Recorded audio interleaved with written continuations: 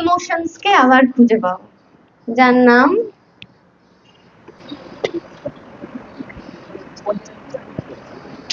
কেন লিখলাম এটাকে পয়েন্ট আউট করে এবার পরবর্তী পর্যায়ে আমরা যাব। ঠিক আছে, লোভ। ঠিক আছে, হিন্দিতে বা সংস্কৃতে যাকে আমরা বলি লালসা। ঠিক আছে, লালসা। আর বলি কোনো কিছুকে চাইবার প্রবল ইচ্ছা, কোনো কিছুকে প্রাপ্তি করার প্রবল ইচ্ছা, কিন্তু সেটা অধর্ম অনুযায়ী, ভালো না। এটা তো বলতেই পারে যে আমি অনেকে বলতেই পারে যে কোনো কিছুকে চাইবার প্রবল ইচ্ছা তো ভালো হতে পারে না। সচিন টেন্ডুলকার আজকে যদি প্রবল ইচ্ছায় না চেয়ে থাকতো যে আমি বেস্ট ক্রিকেটার হব, তাহলে আজকে কি হতে পারতো? কিন্তু তার উদ্দেশ্য, ইন্টেনশনটা সৎ ছিল। ঠিক আছে, ইন্টেনশনটা সৎ ছিল যে আমি কারোর ক্ষতি না করব না, আমি নিজেকে এস্টাবলিশ করব। কিন্তু এবার যদি মনে করি যে তার অপোনেন্টে যারা খেলছে তারা যদি বলে যে ওর থেকে আমি বড় হতে চাই, কিন্তু আমি নিজের প্রতি কোনো কাজ না করে আমি ওকে কোনো একটা কিছু ব্যাকা পথ দিয়ে ওকে অসুস্থ করে দিই, এবার আমি নিজে বড় হই, সেটা কি ঠিক? সেটা তো নয়। No, ঠিক আছে। তাই আমরা একটা প্রবাদ বাক্য জানি, লোভে পাপ, পাপে মৃত্যু। ঠিক আছে, এইটাই পরবর্তী শ্লোকটার মধ্যে আছে। হ্যাঁ, 37, তাই তো? চলো আমরা পড়ি একসাথে। তোমার নাম কি গো? তোমার নাম কি? তোমার নাম কি?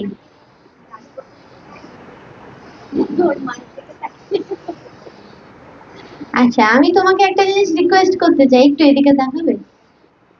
একটুখানি তুমি একটু ধৈর্য ধরে বসো। আমি জানি খুব হয়তো তোমার মনে হচ্ছে ধুৎ, কি বলে যাচ্ছে তখন থেকে, আমার কি এত কিছু মাথায় ঢোকে, আমাকে যে মা কেন নিয়ে এলো, আমি জানি তোমার মনে এসব চলছে। একটুখানি আমার সাথে কোঅপারেট করো। ঠিক আছে, তুমি যে এত কষ্ট করে এসছো এতেই আমি ধন্য। ঠিক আছে, মায়ের কথা শুনে তুমি যে এসছো শুনছো এতেই আমি ধন্য। তাও তুমি আমাকে একটুখানি কৃপা করে তুমি একটু বসো, চুপচাপ বসো, মাকে একটু পড়াশোনা করতে দাও। তারপরে সুন্দর সুন্দর প্রসাদ আছে, পাবে, কিন্তু অনেক সুন্দর সুন্দর প্রসাদ আছে, এই ক্লাসের পরেই তুমি পাবে। ঠিক আছে, একটু ধৈর্য ধরো, বেশিক্ষণ নেব না আজকে, আমি জানি। यद्दायिते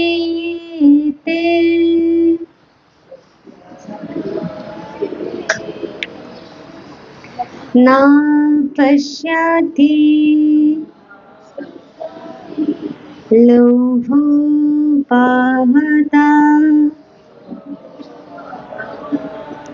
चेतस कुलक्षया कृतं दोषं मित्रद्रोहे च पटकम्।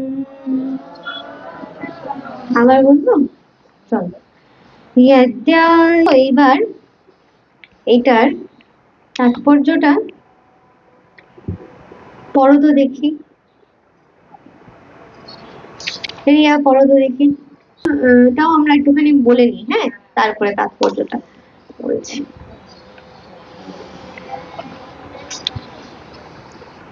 কথম নাম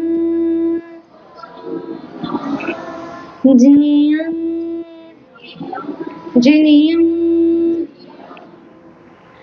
अस्माभिः पापदस्मान् निवर्तितम् कुलक्षया कृतं दोषं पापस्य পাপস্যাদ্ভির, এটা হবে পাপস্যাদ্ভির জনার্দনম। বলো বলো বলো, খুব সুন্দর হচ্ছে, এত সুন্দর বলছো তুমি, সবার চেয়ে ভালো বলছো। আমার কানে আসছিল, আমি এর জন্য তোমার দিকে দেখছিলাম না, কারণ আমি জানি আমি দেখলেই তুমি একটু বন্ধ করে দেবে।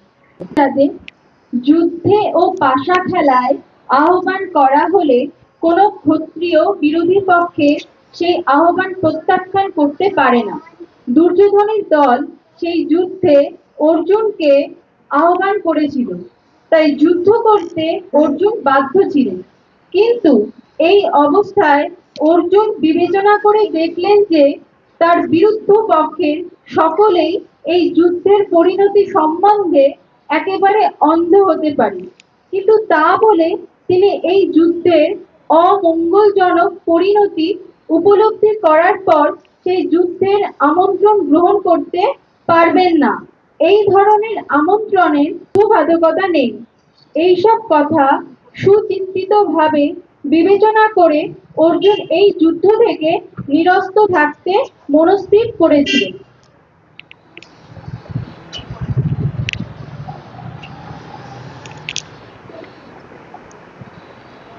তাহলে এটা তো, এটাতে বুঝলাম যে যদিও বা অর্জুন এত কিছু জানে, তারপরেও যেহেতু বলছে না, এটা আরেকটা জিনিস বলতে পারি যে সেকেন্ড মাইন্ড, মানে হচ্ছে কি সাবকনশিয়াস মাইন্ডে, ঠিক আছে, সাবকনশ অপচেতন মাইন্ডে সেটা জানে যে তারা হচ্ছে কি এক এক ধরনের বোকা।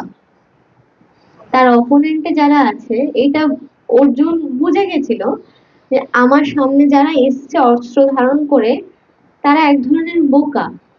কারণ এতে তারা এটা বুঝতে পারছে না যে এটা একটা কুলক্ষয় দোষ হচ্ছে। হ্যাঁ, কারণ হচ্ছে গিয়ে যারা তার সামনে আছে তারা হচ্ছে গিয়ে তার জ্ঞাত কুটুম্ব, তাই তো, মানে হচ্ছে পিতামহ যারা আছে তারা হচ্ছে গিয়ে কুলের ফাদার, ফাদার অফ মানে পিতা তারা, তাই না। এবার অর্জুন এইটা বুঝতে পারছে যে তারা লোভে এতটাই আসক্ত হয়ে গেছে যে তাদের, তাতে করে যেই সামনের যে জেনারেশন আসবে তাদেরও কিন্তু দোষ লেগে যায়। অনেক সময় কিন্তু বলি আমরা না যে বা বংশের দোষ হয়, পিতৃকুলের এরকম বলে না যে পূর্বপুরুষের কোনো না কোনো, হয়তো কোনো না কোনো দোষ ছিল, সেই ঘাড়িটা টানতে হচ্ছে আজকে এই জেনারেশনকে, এটা হয় কিন্তু। সেইটা কিন্তু বাই সামহাউ অর্জুন বুঝে গেছিল।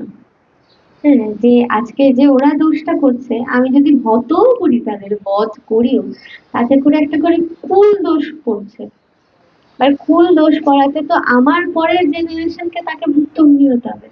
তারা লোভে এতটাই আসক্ত যে তারা সেটাও বুঝতে পারছে না, তাই এখানে অস্ত্র ধরতে বারণ করছে। এই যে এখানে লেখা যে কুলক্ষয় জনিত দোষ। হুম,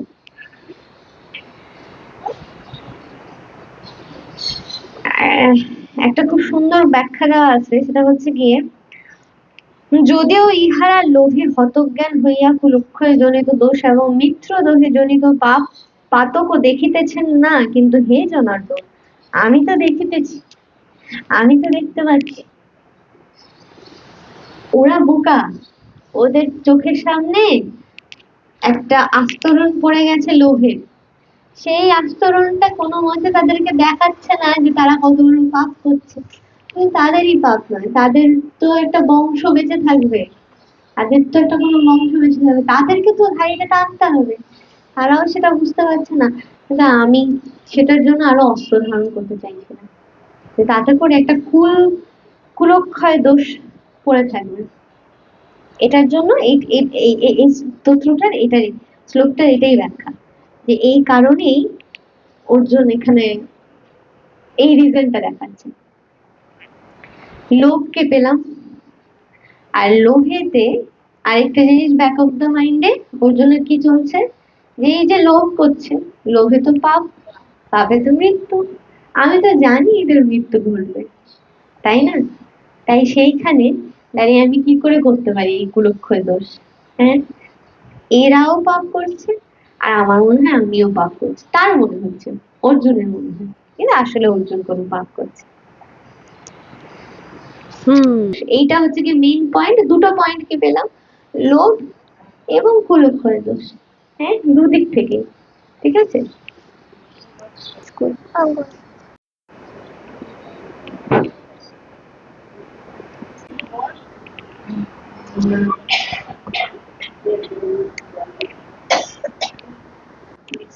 সবার হয়েছে, বলে এবার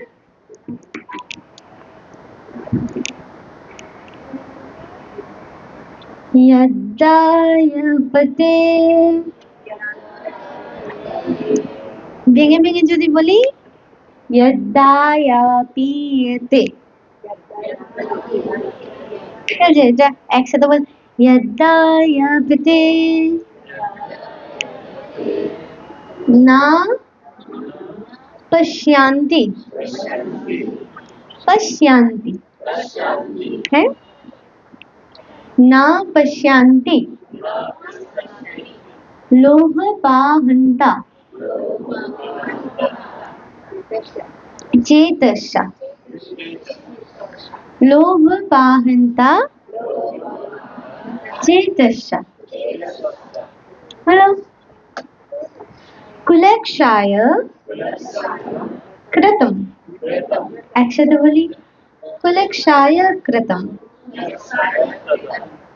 दोषम मित्र द्रोहे चा पटकम, पटकम, আবার कुलक्षाय कृतम दोषम मित्रद्रोहे चा पटकम। এবার শুরু থেকে বলি, यद्दा यल्पते न पश्यन्ति लोभपाहन्ता चेतसा कुलक्षाय कृतं दोषं मित्रद्रोहे चापटकम्।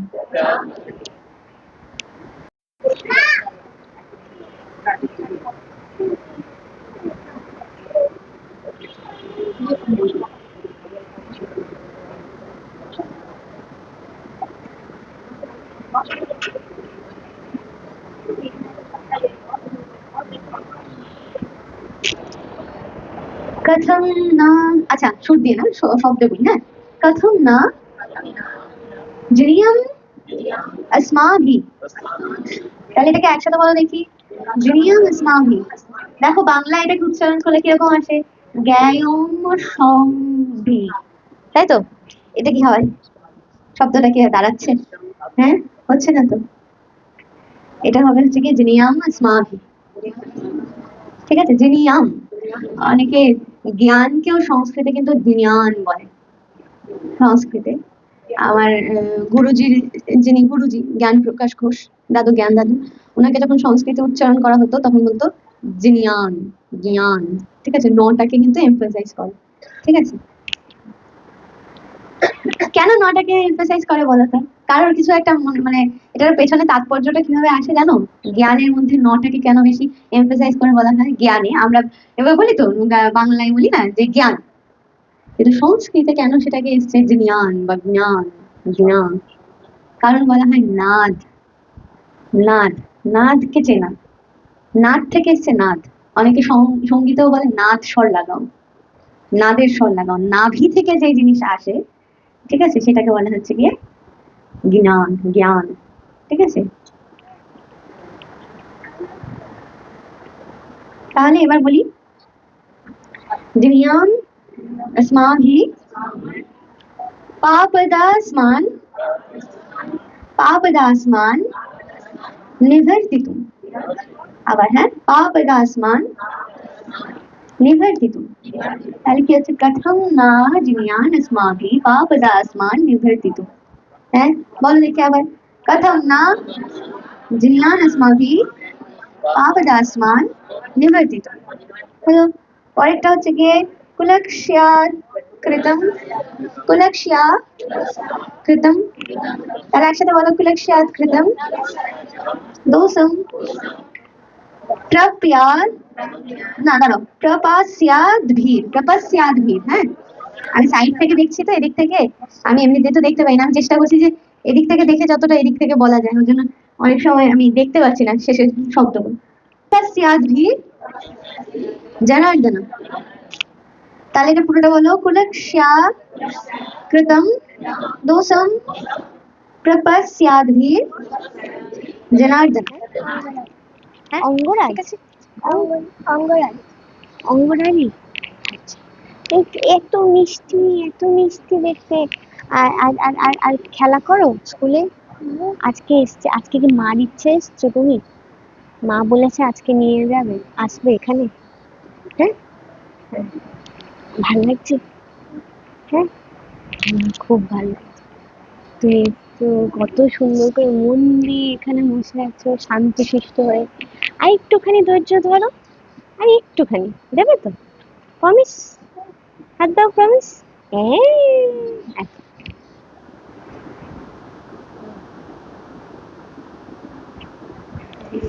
Thank you. বৃন্দাবন গেছিলে তুমি? ওরে বাবা, অনেক লক্ষ্মী।